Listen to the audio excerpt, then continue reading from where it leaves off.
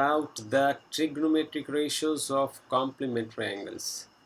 Okay, so हमने T ratios के बारे में पढ़ा है, कुछ स्पेसिफिक एंगल्स के बारे में। आज हम पढ़ेंगे trigonometric ratios of some complementary angles. तो सबसे पहले आपको ये जो नई चीज़ है, एंगल के बारे में आपको पता है कि जहाँ दो लाइंस मीट करती हैं वहाँ दो एंगल बनते हैं, राइट।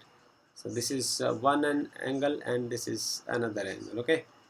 और जहाँ दो लाइंस इंटरसेक्ट करती हैं वहाँ उस पॉइंट के ऊपर एंगल ऐसे बनते हैं, वर्टिकली ऑपोजिट एंगल का एक पेयर बन जाता है, okay. This is angle number 1, angle number 2, angle number 3 and angle number 4।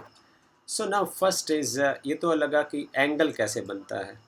और अब सवाल ये है कि ये हमने एक टर्म इसमें लिखी कि कम्प्लीमेंट्री एंगल्स क्या होते हैं। तो कम्प्लीमेंट्री एंगल्स वो एंगल होते हैं जिनमें दो एंगल्स का जो सम है वो 90 डिग्री होता है। जैसे मैं कोई एंगल लूँ, जैसे यूँ कह दूँ कि कोई आपके पास एंगल ए है और कोई दूसरा एंगल बी है। यदि आप इन दोनों को जोड़ें और इनका आंसर 90 डिग्री आ जाता है तो वो कम्प्लीमेंट्री एंगल्स कहलाएंगे, right?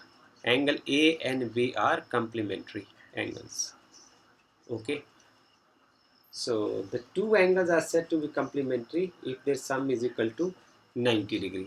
अब हम पढ़ते हैं trigonometric ratios of two complementary angles. So well, मैं सबसे पहले एक डायग्राम आपके साथ ड्रॉ करता हूँ और उस डायग्राम के बाद हम बात की बात करते हैं। ये डायग्राम हमारा रहेगा कुछ इस तरीके का। ये देखिए,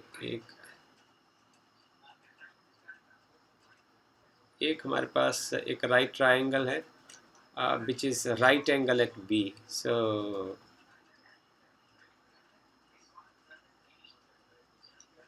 this right triangle, this triangle is a right triangle at B. So you can write this angle as, okay,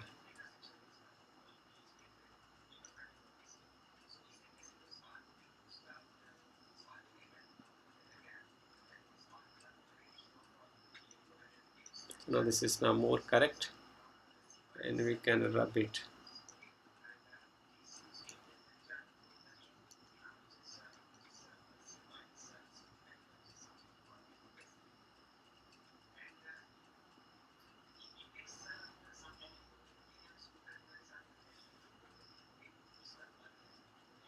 Now this triangle which is a right triangle and which is a right angle at B, so you can mark this part as A, this part, this angle is B and this angle is C. So take it as angle A and this angle is C, angle C, and this is 90 degree, this angle is 90 degree, okay. So now we have to make the ratios of these two complementary angles. So just see, start with, हमने पढ़ा कि जब दो angle का सम जो है वो 90 degree होता है तो हम उनको कम्प्लीमेंट्री एंगल कहते हैं। ज़रा इसमें देखें, इन ट्रायंगल बड़े मज़े से करते हैं हम। In triangle A B C जो एंगल बी है वो 90 डिग्री है। अब आप इसमें लिख सकते हैं कि angle A plus angle B plus angle C, इन तीनों एंगल्स का सम जो है वो 180 डिग्री होगा, क्योंकि ट्रायंगल के तीनों एंगल का सम हमेशा 180 डिग्री होता है। उसमें जो एंगल बी है, because this is a right triangle which is 90 degree, which is having one angle 90 degree at B. So आप ये देखें कि जो angle now angle A plus angle C is equal to 180 degree, 90 degree को आप दूसरी ओर ले जाइए, minus 90 degree. This means that angle A plus angle C is equal to 90 degree. So आप ये लिख सकते हैं कि जो एंगल C है उसको आप लिख सकते हैं 90 डिग्री माइनस एंगल A, जिसको अपने कंफर्ट के लिए बार बार लिखने की जगह आप 90 डिग्री माइनस A भी लिख सकते हैं।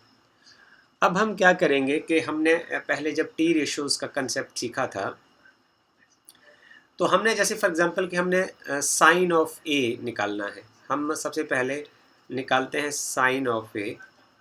सो साइन ऑफ ए जब हम निकालेंगे तो हम जो इस एंगल के ऑपोजिट साइड होगी, जैसे बी साइड है तो इसके लिए ये परपेंडिकुलर हो जाएगी, और जो लॉन्गेस्ट साइड जो है वो हाइपोटेन्यूज हो जाएगी, रिमेनिंग साइड जो है वो बेस हो जाएगी।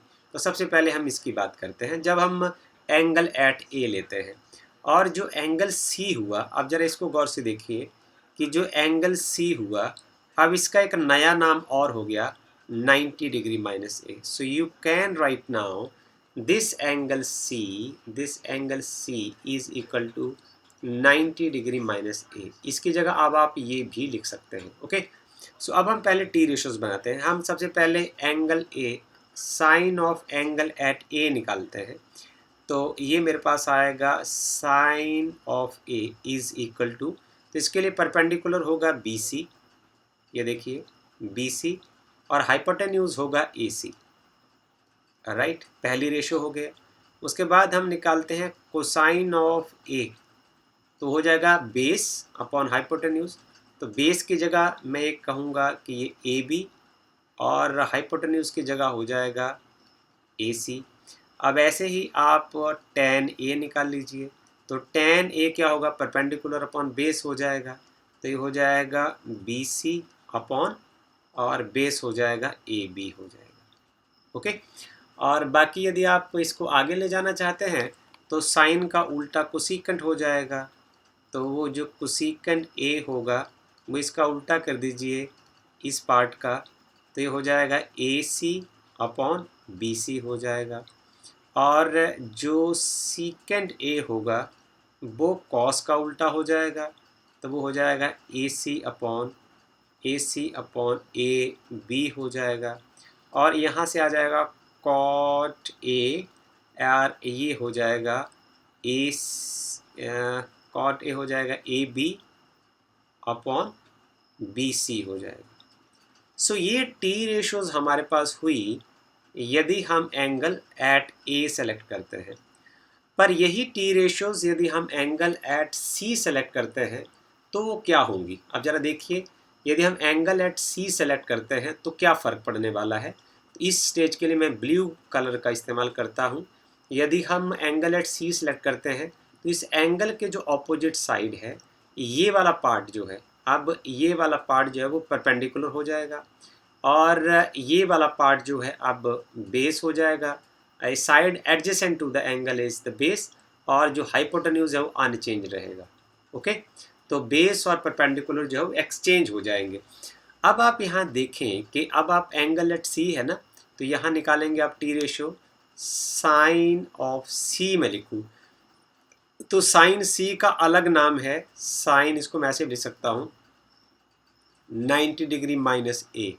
ओके, तो इसका मतलब क्या हुआ कि साइन सी का दूसरा नाम 90 डिग्री माइनस ए, तो ये हो जाएगा परपेंडिकुलर अपॉन हाइपोटेन्यूज। इसका मतलब आप लिख सकते हैं A B upon A C, A B upon A C. और दूसरा पार्ट है कॉस सी, क्या हो जाएगा, इसको हम लिख सकते हैं कॉस 90 डिग्री माइनस ए। अब हम अगला हम सीधा लिख देंगे, और कॉस ये क्या होना चाहिए, ये होगा बी सी। अब ये बेस है और हाइपोटेन्यूज जो है वो अनचेंज्ड है, दिस इज ए सी। अब आगे मैं लिखूंगा secant, this part is now no tan, this is tan 90 degree minus A. tan 90 degree minus A is equal to, ये होगा perpendicular upon base, so this is A B upon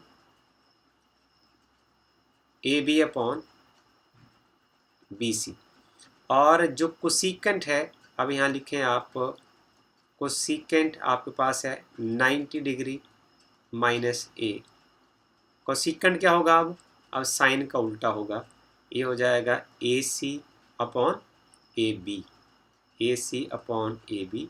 और इसी तरीके से सीकेंट जो होगा 90 डिग्री माइनस ए जो है वो हो जाएगा ये ए सी अपॉन BC। और लास्ट है आपके पास cot, this is 90 degree minus A. So this part is BC up, sorry, this part is BC upon, this part is BC upon AB.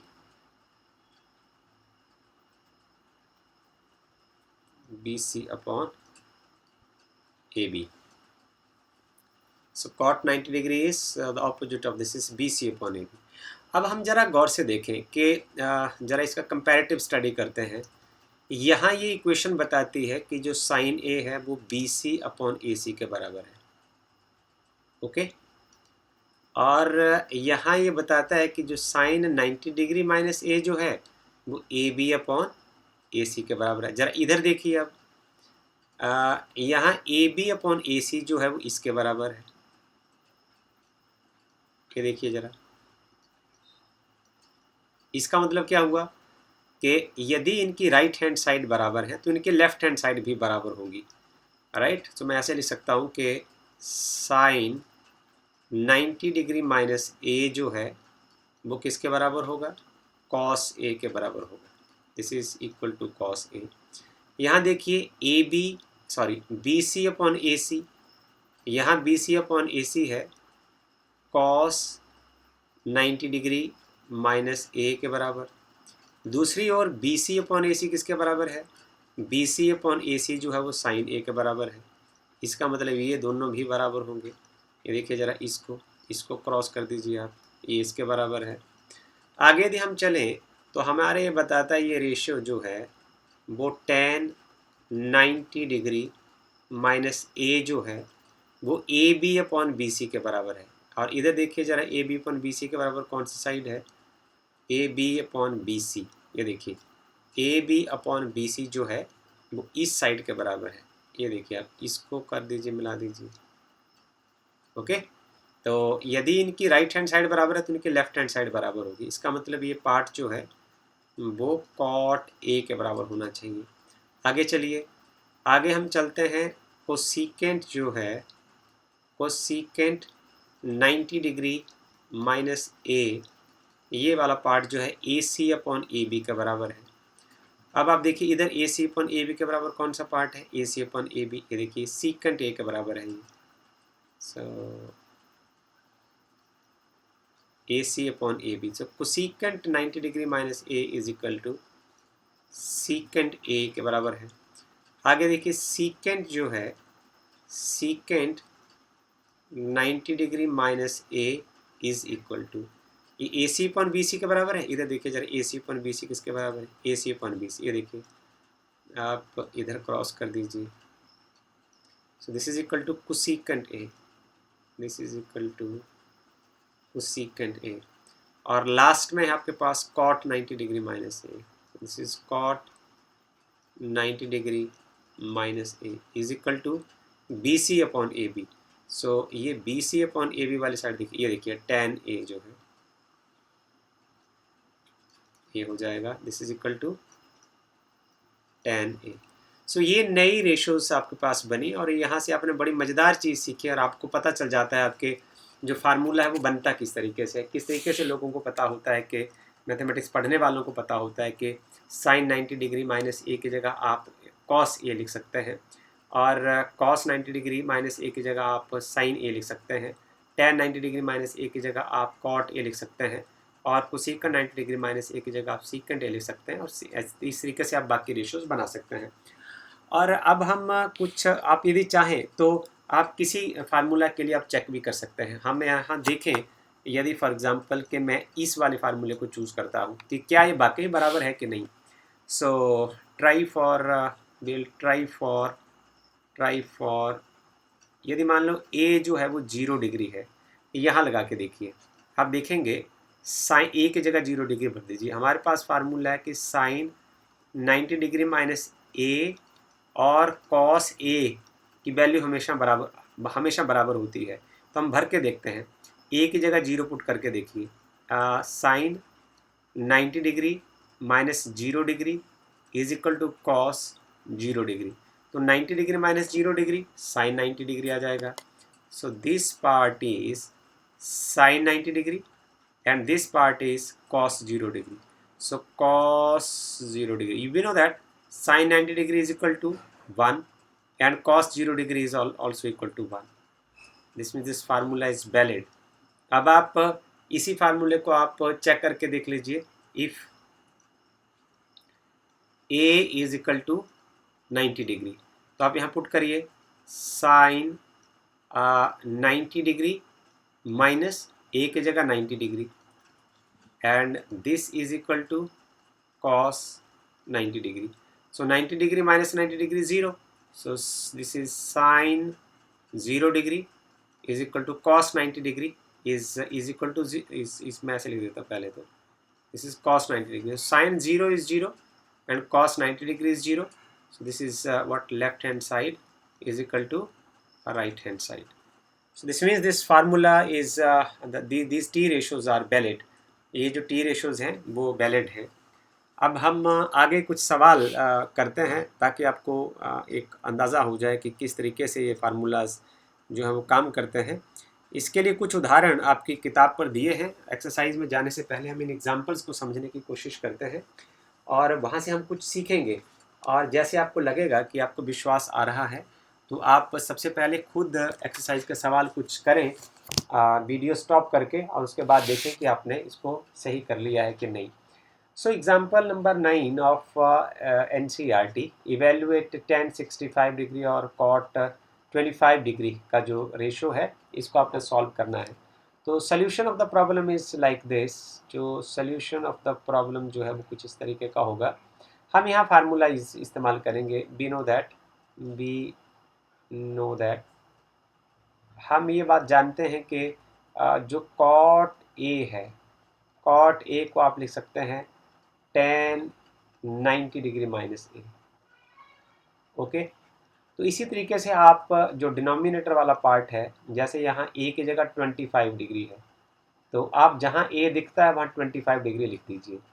ये आ जाएगा 90 डिग्री माइनस 25 डिग्री. सो ये आ जाएगा आपके पास tan 65 degree. Okay. अब आपका जो डिनोमिनेटर वाला part है cot 25 डिग्री की जगह आप tan 65 डिग्री लिख सकते हो. सो अब आप यहाँ लिख दें आगे कि जो tan 65 डिग्री न्यूमरेटर में है और जो tan 65 डिग्री जो है वो डिनोमिनेटर में चला जाएगा. दोनों कैंसिल हो जाएंगे और आंसर 1 आ जाएगा. This is the way to solve this example. And in example number 10 यहाँ से कुछ हम चीज़ और सीखेंगे. जो हमने अभी पढ़ा है उसी का इस्तेमाल करेंगे. यहाँ आपको ये कहा गया है कि जो sin 3a का जो वैल्यू है वो cos a माइनस 26 डिग्री के बराबर है और यहाँ जो 3a है वो एंगल 90 डिग्री से कम है. तो find the value of a, ये सवाल. तो solution of this problem is हम यही कंसेप्ट आपने जो सीखा है उसी का हम इस्तेमाल करेंगे और इस सवाल का उत्तर निकालने की कोशिश करेंगे. देखिए इसमें हम एक जिस चीज़ का इस्तेमाल करेंगे वो अभी हमने फार्मूला पढ़ा था. हमारे पास दिया हुआ है कि जो साइन 3a है वो कॉस a माइनस 26 डिग्री है. Okay.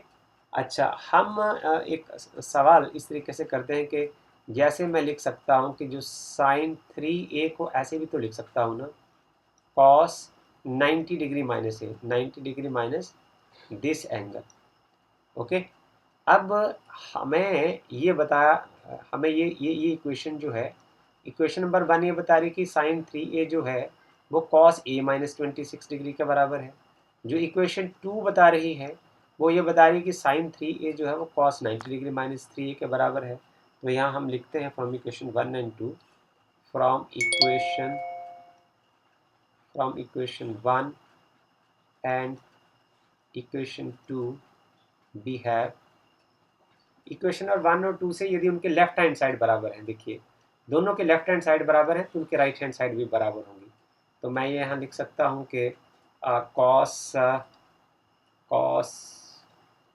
90 degree minus 3a is equal to cos a minus 26 degree.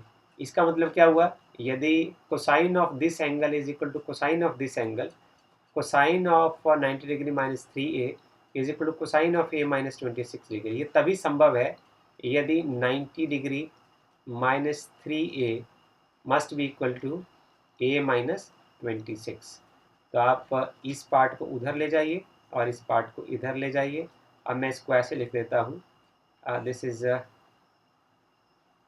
3a plus a। अब आप बोलेंगे कि सर आप इसको बोला था कि इधर लेके गए और इसको इधर लेके आए, इसको ऐसा नहीं होता। जिसका साइन चेंज हुआ होता है उसने अपनी साइड को चेंज किया होता है। जैसे 3a की जगह मैंने प्लस 3a लिख दिया और a जो है उसको वैसे का वैसा लिखा। दिस मीन्स a जो है उसने अपनी साइड जो है लेफ्ट हैंड साइड से वो राइट हैंड साइड में चला गया है। और यहाँ अब 90 वहीं का वहीं है और 26 इधर आया है, तो उसका साइन जो है वो प्लस हो जाएगा। So here you will have 4a is equal to, this is ये हो जाएगा 6। okay, so here a is equal to 116 divided by 4, so ये आ जाएगा 4 गुणी 8, 8 3 11 गुणी 36, 9 चौके 36। so a is just equal to 29 degree। so this is the way by which we can solve this question। अब ये देखिए कि ये वाला जो सारा प्रक्रिया है अभी हमने सीखी है T ratios of complementary angles में। अगला एग्जांपल है, इस एग्जांपल में आपको बताया गया कि आप ऐसा करिए, एक्सप्रेस करिए। क्वेश्चन सबसे पहले लिख लेते हैं कि express cot 85 degree, cot 85 degree plus this is cos 75 degree को आपने एक्सप्रेस करना है trigonometric ratios of angles between 0 से लेके 45 डिग्री के बीच में। ओके, सो कॉट 85 डिग्री को आप कैसे लिख सकते हैं?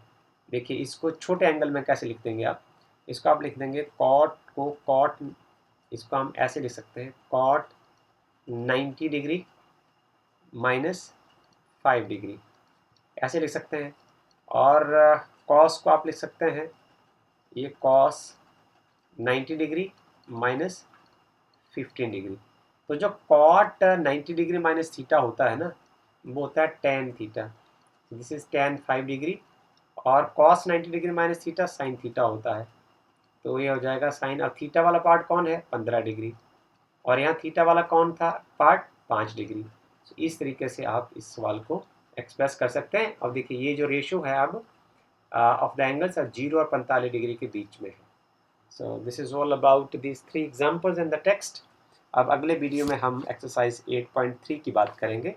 तब तक आप खुद अपने आप ट्राई कर सकते हैं कि आपको कितने सवाल आप मेरा वीडियो आने से पहले आप सॉल्व कर लेते हैं। So thank you very much. यदि आपको कोई सवाल हो तो आप कमेंट बॉक्स में लिख सकते हैं।